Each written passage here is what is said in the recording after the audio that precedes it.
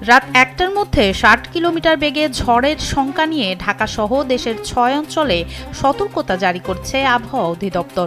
বৃহস্পতিবার বিকেল থেকে শুরু হওয়া এই বৈরী আবহাওয়া টাঙ্গাইল, ফরিদপুর, যশোর, খুলনা ও কুমিল্লা অঞ্চলেও প্রভাব ফেলবে।